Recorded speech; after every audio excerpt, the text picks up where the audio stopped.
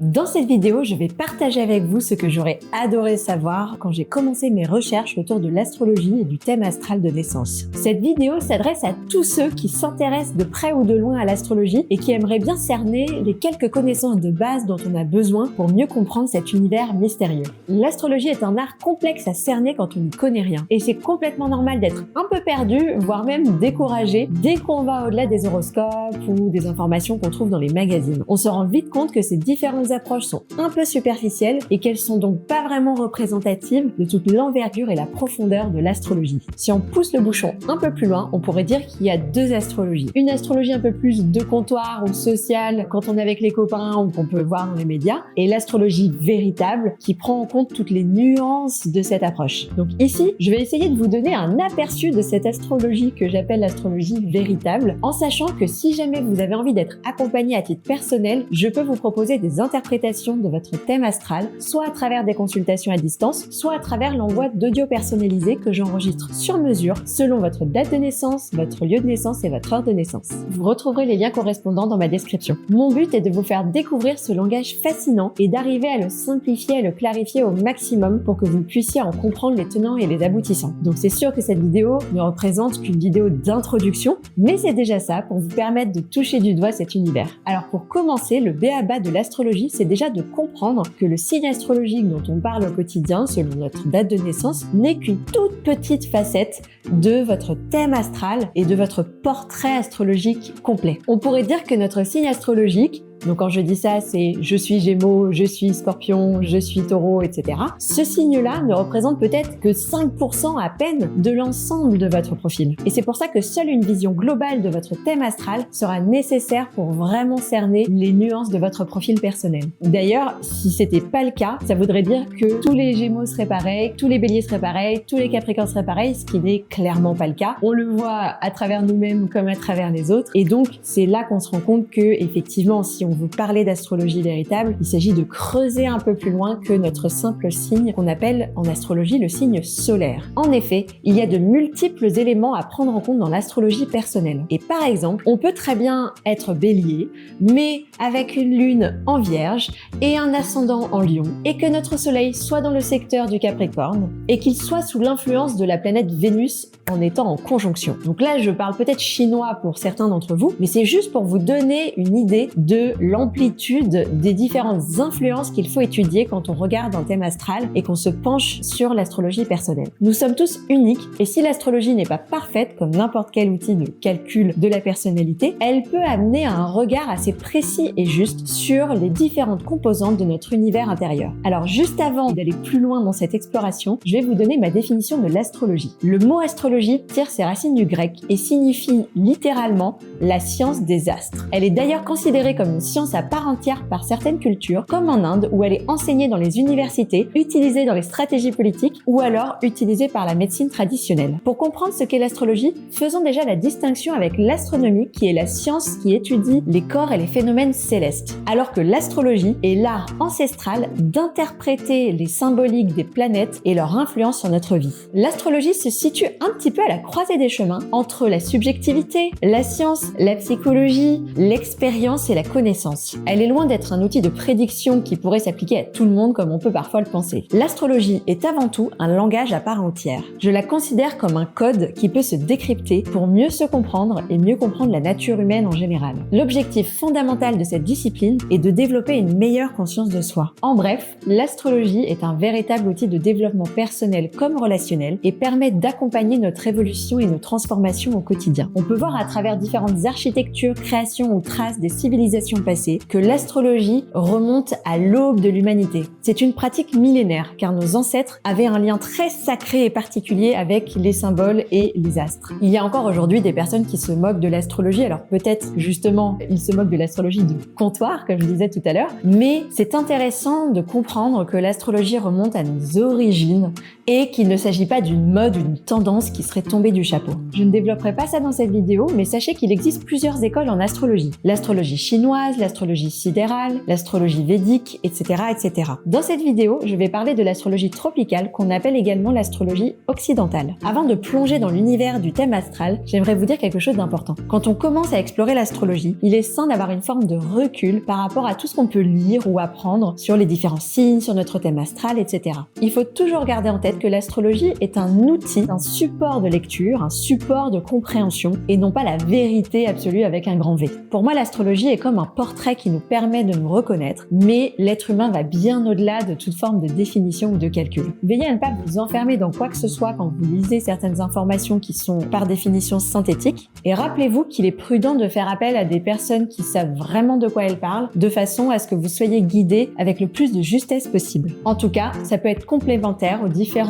recherches que vous pouvez faire par vous-même à travers les livres, les ressources internet ou des vidéos comme celle-ci. Maintenant, nous allons voir qu'est-ce que le thème astral et vous verrez à l'écran à quoi il peut ressembler concrètement. Le thème astral est comme une photographie du ciel à l'endroit et au moment de votre naissance. Il ressemble à un dessin qui symbolise cette carte du ciel et représente avec différents symboles les différentes planètes, leur position, les secteurs dans lesquels elles tombent ainsi que les interactions entre elles. Selon votre lieu de naissance, votre date de naissance et votre heure de naissance, les planètes étaient situées dans certaines constellations. Alors aujourd'hui, la justesse astronomique de l'astrologie est remise en question par certains astrologues, mais on va retenir dans cette vidéo que finalement, l'astrologie, dans sa portée symbolique, peut tout de même nous apporter des messages précieux par rapport à notre configuration intérieure. Le thème astral est un outil de connaissance de soi qui capture des informations en lien avec votre personnalité. Et il représente un moyen de mieux comprendre votre trajectoire, vos défis et vos potentiels. Les différents éléments du thème astral qu'on va voir un peu plus tard sont comme différents ingrédients qui seraient dans un cocktail. Et ce cocktail, ce serait vous.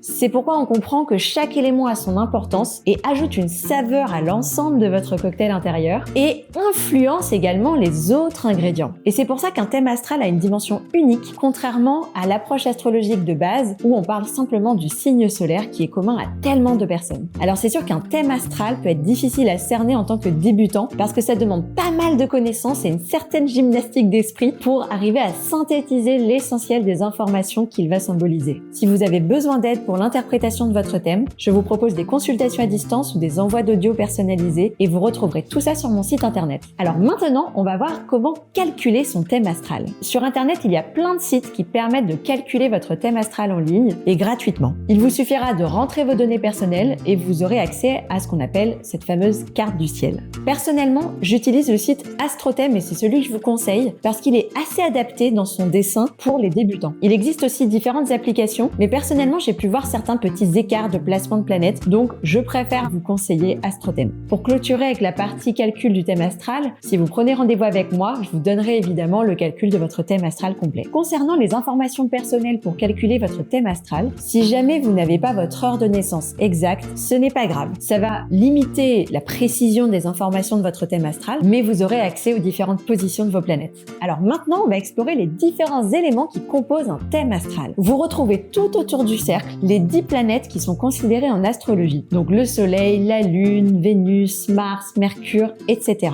Ces planètes-là symbolisent les différentes énergies qui sont présentes en vous ou encore vos différentes facettes. Dans l'épisode 2, j'irai plus dans le détail dans la signification de ces planètes. Aussi, on peut repérer 4 points en croix qui correspondent à l'ascendant, au descendant, au milieu du ciel et au fond du ciel. Et ces points-là indiquent des informations complémentaires aux planètes sur notre personnalité. On peut également observer un axe qu'on appelle également l'axe des nœuds lunaires, avec le nœud sud et le nœud nord. Ces deux nœuds symbolisent un axe d'évolution que moi j'appelle notre enseignement fondamental. Sur les contours de la roue de la carte du ciel, on peut observer les 12 symboles qui correspondent aux 12 signes du zodiaque. Ce sont les fameux signes astrologiques qu'on connaît, Bélier, Taureau, Gémeaux, etc., jusqu'au signe des Poissons. Ces signes symbolisent des caractéristiques humaines archétypales ou comportementales. Et c'est à travers ces archétypes que les planètes peuvent s'exprimer. Un autre élément très important du thème astral, c'est ce ce qu'on appelle les maisons. Alors tout au bord de la roue, on voit une numérotation de 1 à 12 qui nous permet de délimiter 12 secteurs. Ces secteurs peuvent être à cheval sur différents signes astrologiques et elles symbolisent les différents domaines de vie à travers lesquels notre expérience se dessine principalement selon l'emplacement des différentes planètes dans ces différentes maisons. Maintenant, je vais vous parler de ce qu'on appelle les aspects astrologiques. Vous remarquerez au centre du cercle qu'il y a des traits de différentes couleurs qui relient certaines planètes les unes avec les autres. Il s'agit des différents angles que les planètes forment entre elles et quand ces angles sont spécifiques, 0 degré, 180 degrés, 45 degrés, etc.,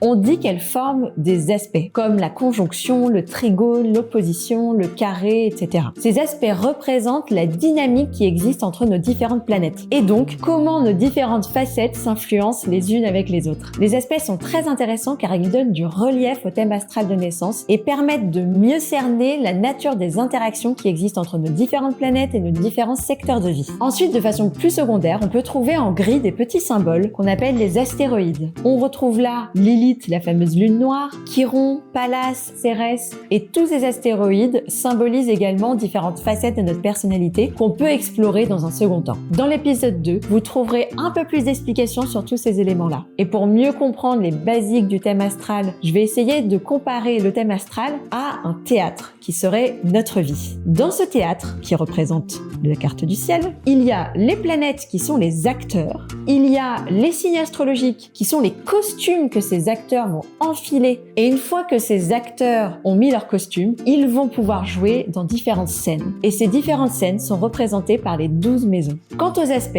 ils représentent les interactions entre les différents acteurs ayant tel ou tel costume et jouant sur telle ou telle scène. C'est un exercice assez difficile de synthétiser les informations autour du thème astral parce que c'est un outil complexe et complet comme vous pouvez le voir et donc j'espère que ça vous donnera des informations pour un peu mieux comprendre ce qui compose le thème astral. Si vous avez la moindre question, n'hésitez pas à m'écrire un commentaire juste en dessous et comme ça je pourrai vous répondre. Dans l'épisode 2 de cette introduction à l'astrologie et au thème astral, je vais plus loin dans les détails. Mais là j'aimerais vous donner quelques clés qui vont vous permettre d'un peu mieux cerner votre personnalité. Si on devait prioriser certains éléments, on peut dire qu'il y a un trio qui est important dans le thème astral, c'est le trio entre le soleil, la lune et l'ascendant. Le soleil représente votre identité, votre volonté, votre moi profond. La lune représente vos besoins émotionnels, la façon dont vous allez vivre vos émotions, ainsi que votre part intuitive. Concernant l'ascendant, il est un peu comme notre carte de visite. Certains diraient que c'est le masque qu'on porte pour se présenter au monde. Moi, je préfère le voir plutôt comme une énergie qu'on va avoir tendance à rayonner et qui sera donc le filtre à travers lequel les autres vont nous percevoir et celui à travers lequel on va connecter avec notre environnement. L'ascendant est très en lien avec la personnalité qu'on va avoir tendance à exprimer très spontanément. Pour avoir une idée très résumée de ce trio dans votre thème astral, je vais vous montrer maintenant une phrase à l'écran avec également des mots-clés qui correspondent aux différents archétypes des signes astrologiques et de l'autre côté,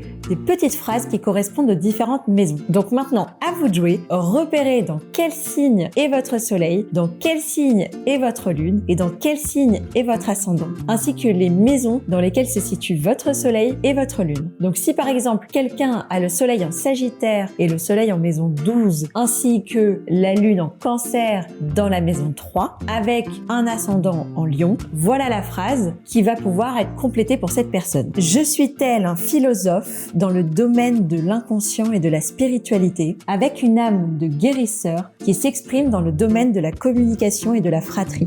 Vous retrouverez tous ces éléments en description, comme ça vous pourrez y revenir un petit peu plus tard à la fin de cette vidéo, une fois avoir calculé votre thème, etc. En plus de l'interprétation de ce triangle soleil-lune-ascendant, je peux vous inviter à observer quels sont les éléments qui sont les plus habités dans votre thème astral. Il faut savoir que le Cancer, le Scorpion et le Poisson correspondent à l'élément eau, ce sont les symboles en bleu sur votre thème astral, que les signes du Taureau, de la Vierge, du Capricorne qui correspondent à l'élément terre sont ceux qui sont en marron sur votre thème astral, que les signes astrologiques Bélier, Lion et Sagittaire sont rattachés à l'élément feu et sont en rouge dans votre thème. Tandis que vous trouverez en vert sur votre thème les signes en lien avec l'élément air qui sont Gémeaux, Balance et Verseau. Donc selon la répartition des différentes planètes dans ces différents signes qui correspondent à différents éléments, vous pouvez avoir là, avec ce que je vous montre à l'écran, une petite idée des éléments qui vous influencent le plus par rapport à l'ensemble de votre thème. Ensuite, de façon très visuelle également, vous pouvez repérer dans quels hémisphères, dans quelles zones de votre thème sont réparties vos différentes planètes. Selon si vos planètes sont plutôt répartis au nord de votre thème, au sud de votre thème, à l'ouest de votre thème ou à l'est de votre thème, ça va avoir également une signification particulière sur votre personnalité et je vous montre à l'écran ce que ça veut dire. Pour continuer sur quelque chose d'assez général qu'on peut regarder avant d'aller dans le détail de l'interaction de nos planètes et de leur position en signe et en maison, on peut également regarder quels sont les différents modes qui nous influencent le plus. En astrologie, il y a 3 modes différents. Le mode mutable, le mode fixe et le mode cardinal. Vous retrouvez à l'écran les signes qui sont ce qu'on appelle les signes mutables, les signes qu'on appelle les signes cardinaux et les signes qu'on appelle fixes. Si vos planètes sont réparties plus dans les signes de tel ou tel mode, cela va également vous donner des indications sur votre personnalité. Alors voilà les différents éléments sur lesquels vous pouvez vous appuyer pour lire votre thème astral, au-delà de la position des planètes en signe, en maison et des aspects qui les interrelient. Pour tout ça, rendez-vous en épisode 2. Mais pour l'instant, avec tout ce qu'on a vu là, on peut quand même observer que c'est pas forcément facile d'avoir une interprétation de son thème tout seul quand on n'y connaît pas grand-chose. Alors il existe énormément de ressources sur internet, des ouvrages ou des vidéos comme celle-ci pour vous accompagner dans cette exploration. Mais quand on chemine seul en astrologie, dans ce voyage introspectif et analytique, j'aimerais quand même vous préciser 3 choses. La première chose, c'est qu'apprendre l'astrologie, c'est comme apprendre une nouvelle langue. Il est impossible en quelques heures ou quelques mois d'atteindre un niveau de précision qui permette d'accéder à la justesse de l'interprétation de votre thème astral. Même si vous y allez à fond, il peut y avoir un risque de faille de compréhension. La deuxième chose, c'est qu'il est toujours un peu difficile d'avoir une posture neutre vis-à-vis de soi-même et de pouvoir se remettre en question sur certains éléments qu'on pourrait filtrer plus ou moins inconsciemment. D'où l'intérêt d'avoir peut-être un miroir extérieur qui pourra transmettre des choses avec un peu moins de subjectivité. Enfin, la troisième chose, c'est qu'explorer les choses par soi-même est toujours une super aventure et je l'ai fait moi-même, mais que de compléter cette approche par une approche professionnelle vous apportera des lumières complémentaires et très intéressantes dans votre apprentissage. Et si vous avez besoin d'aide pour ça, je suis là et rendez-vous sur mon site internet pour accéder à mes différents services autour de l'astrologie.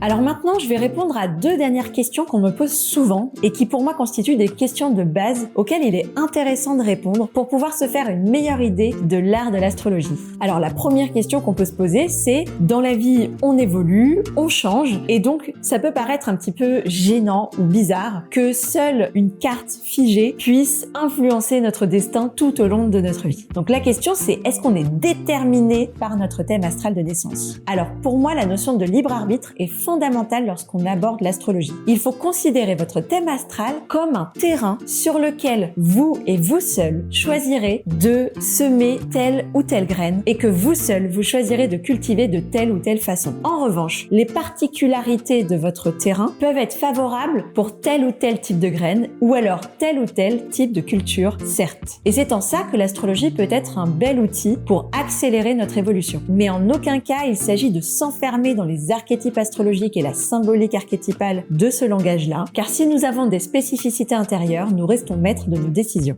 L'autre question qu'on me pose régulièrement est la suivante. À quoi ça sert d'avoir en tête plein de choses sur mon profil ou mon terrain et qu'est-ce que j'en fais finalement dans ma vie quotidienne? Alors pour moi, il faut considérer toutes ces informations d'interprétation comme des clés de lecture, des clés de compréhension, éventuellement des piliers sur lesquels vous pouvez vous appuyer ou des leviers pour vous aider à avancer. Si vous étiez sur un kayak dans la tempête, disons que les informations du thème astrologique peuvent vous permettre d'avoir une pagaie un peu plus solide pour mieux naviguer dans les torrents de la vie. Et aussi, avoir connaissance de ces différents éléments personnels peut nous aider à avoir du recul sur les événements ou les émotions que nous traversons. Donc il y a un potentiel de développement de la confiance en soi également à travers les différentes informations que vous pouvez retrouver dans votre thème astral. Je vous dis maintenant rendez-vous dans l'épisode 2 de cette introduction à l'astrologie et au thème astral pour comprendre comment ça marche. N'hésitez pas à me solliciter en cas de besoin ou à me poser toutes vos questions en commentaire. Si vous voulez être prévenu de la publication de mes prochaines vidéos, n'hésitez pas à vous abonner à ma chaîne et à me rejoindre sur mes différents réseaux sociaux.